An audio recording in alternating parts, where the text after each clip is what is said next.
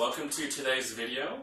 This is video number 2 for Introduction to the Guitar.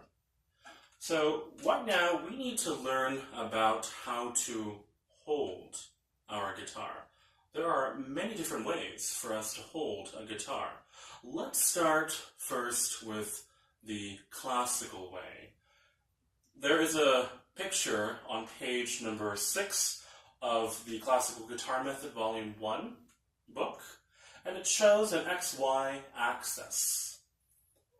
It shows two individuals who are essentially holding the guitar with the legs stretched out as such, with the right foot planted firmly on the floor and the left foot elevated just enough so that the guitar body can be kind of at a vertical angle with the neck moving up at an angle like this. And when you have the nut or the headstock in the air, just to your left or to your right, depending on what hand you use dominantly, that should be at about level with your neck and your own head, just like that. There should be a Y x-axis that forms when holding the guitar. Now, this may seem kind of awkward at the beginning because we're not used to holding an instrument in this way, but just try your best and try to get used to holding the guitar this way. The weight of the guitar should be mostly in the legs and the hand, which is the right hand, leaving the left hand free to move about on the fretboard or the neck. Now, one really good way to elevate your left leg is to use this little instrument here. This is a little stand, or this kind of lifts your leg or your foot a little bit to allow you to comfortably place your guitar on your body. And you don't want to be supporting the guitar with the left hand, and you don't want it to be moving it around a lot. There are other straps or contraptions that you can use, such as a strap to put about your body behind you, or you can even use a little rod here just to keep the guitar elevated. Depending on what your preference is, find a comfortable sitting position with your right foot on the floor straight and with your left foot elevated so that the guitar is at an angle like this. Remember, leaving your left hand free to move about. Let's now talk about the finger numbers and letters, starting with the left hand. So the left hand is what we use to play or to press the frets. We're going to go ahead and number these frets. The thumb we do not number because we do not use that to hold down any frets. We're going to start with the index finger. This is number 1. The middle finger is number 2. Ring finger is number 3. And then, of course, the pinky, or small finger, is number 4. 1, 2, 3, 4. 1, 2, 3, 4. 4, 3, 2, 1. Please become used to those finger numbers. Now, when placing the left hand on the fretboard, you always want to place the thumb exactly on back and in the middle of the neck, just like so.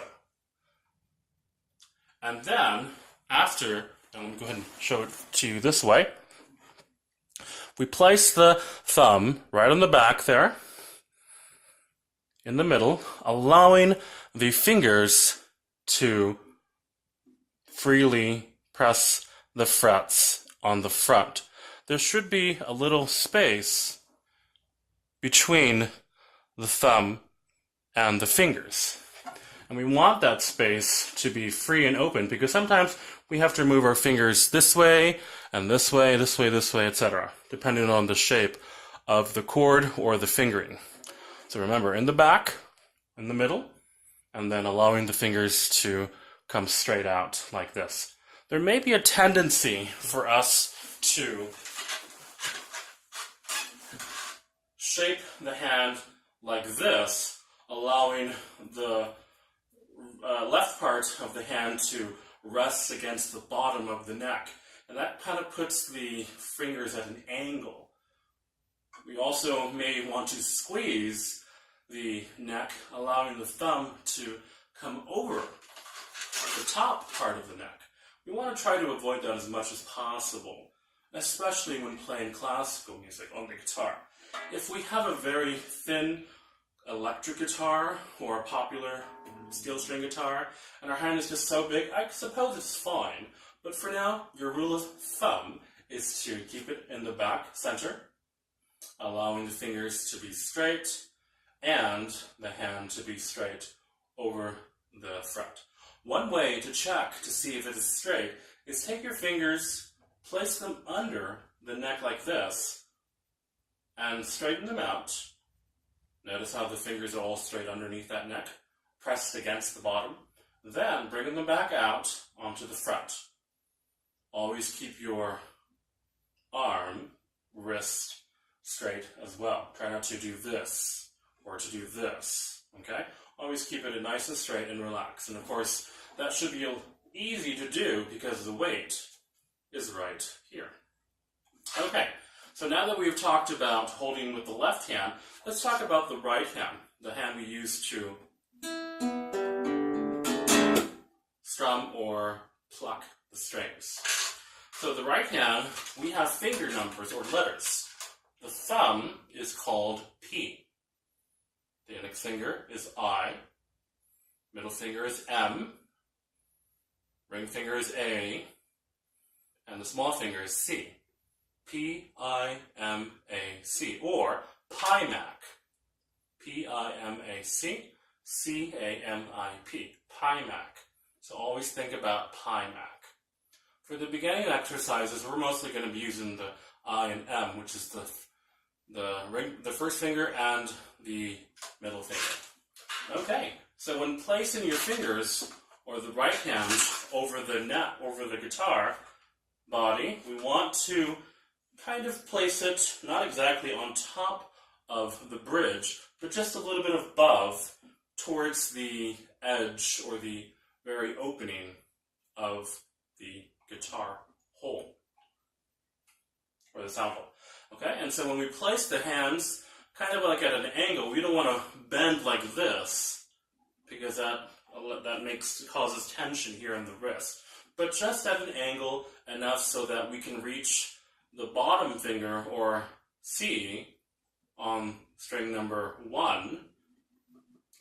6, and then the thumb, which is P, on string number 1.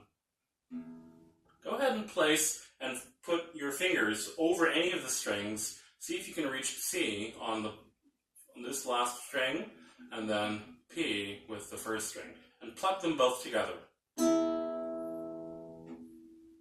Also, let's try a strum with the thumb, with P. Let's try a strum backwards with C. It should be comfortably over the body, just at the edge of the sound hole. Not over the sound hole, but just about right there. We will adjust our hand positions as we progress and become better at the guitar. So practice these positions every day. Remember checking to see that it's nice and straight with the left hand, allowing the fingers over the neck, over the fretboard, and then keeping your right hand, comfortably over the body, close to the sound hole. And we will see you in the next lesson.